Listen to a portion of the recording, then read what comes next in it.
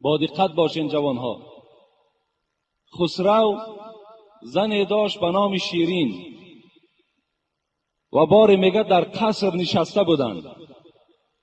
به ناگاه میگه یک ماهیگیر و پیش خسرو و شیرین گذر کرد و از بس که میگه این خسرو پرویز میگفتند. این خسرو که بسیار ماهی را دوست میداشت به این ماهیگیر گفت برای من یک ماهی ده. یک ماهی کلانی را میگه این ماهیگیر در پیش خسرو گذاشت و خسرو که پادشاه کی بود 4000 تنگه برآورده در دست ماهیگیر داد و ماهیگیر به او دعا داد و پشت گردانید و از قصر میخواست که بیرون شود. زنی او شیرین به خسرو چی گفت؟ گفت شوهر کاری نادرست کردی. بین شوهر وقتی که به گپ زن میکند چی جزا میگیرد؟ گفت بسیار کاری نادرست کردی. گفت چگونه؟ گفت تو یک ماهیگیر گفت در بدل یک ماهی 4000 تنگه دادی. گفت این خیر می شود زلالی ندارد. گفت اگر فردا یک خدمتگار این قصر تو پیش تو آید و ماهانه طلب کند تو اگر 4000 تنگه به او دی میگوید ای خسرو من در نزد تو قدر همان مثل همان ماهیگیر قدر داشتم که 4000 تنگم دادی. اگر کم دهی میگوید نخواه که من قدر همون ماهیگیر در نزد تو قدر نداشته باشم. خسرو در حال در این گپی زن میگه شگفته شد و گفت راست میگویی. گفت من الکی مال را تسلیم کردم بی ادبی میشود که وی خیرات کرده و از دستش باز 4000 تنگه را گیرم.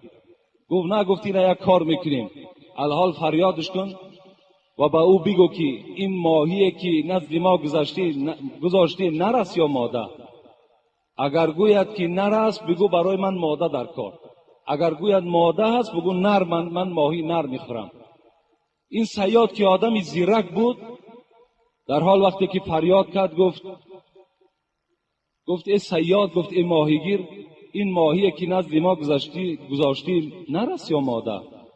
گفت خسرو گفت خدا تو را رحمت و مغفرت کند، این ماهی که من نزد تو گذاشتم این خنثا هست، نر و ماده هست.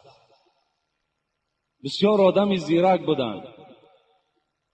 خسرو خوشش آمد، به نهایت مثل شما وری خنده کرد و گفت خزینه دار گفت 4000 تنگه دیگرش دین. گفت 4000 تنگه دیگر را گرفت.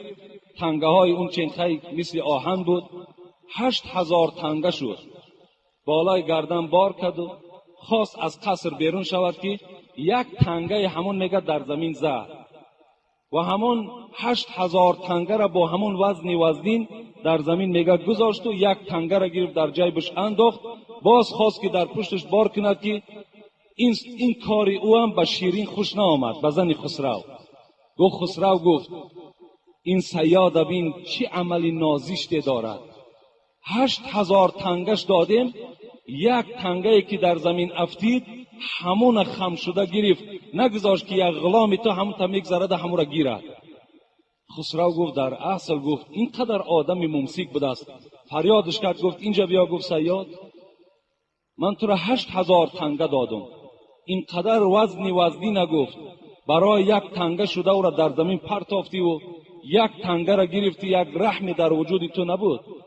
گفت خسرو گفت خدای مهربان گفت را غیرت زیاده بگرداند.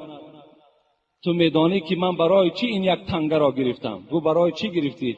برای گفت در این تنگه صورت شما هست و در این طرفش گفت نام شما هست. من نگذاشتم که اگر این در زمین باشد این بی حرمتی می شود، نفر او را مثال زیر پا کند. خسرو باز خوشش آمد، گفت 4000 تنگه دیگر دهید. گفت 12000 تنگه این صیاد از پشت مصلحت زنش زلال دیدند و چی گفتند؟ گفتند وای به حال کسی که با گپی زن چکار میکند، رفتار میکند، در عوض 1-2 زلال میکند.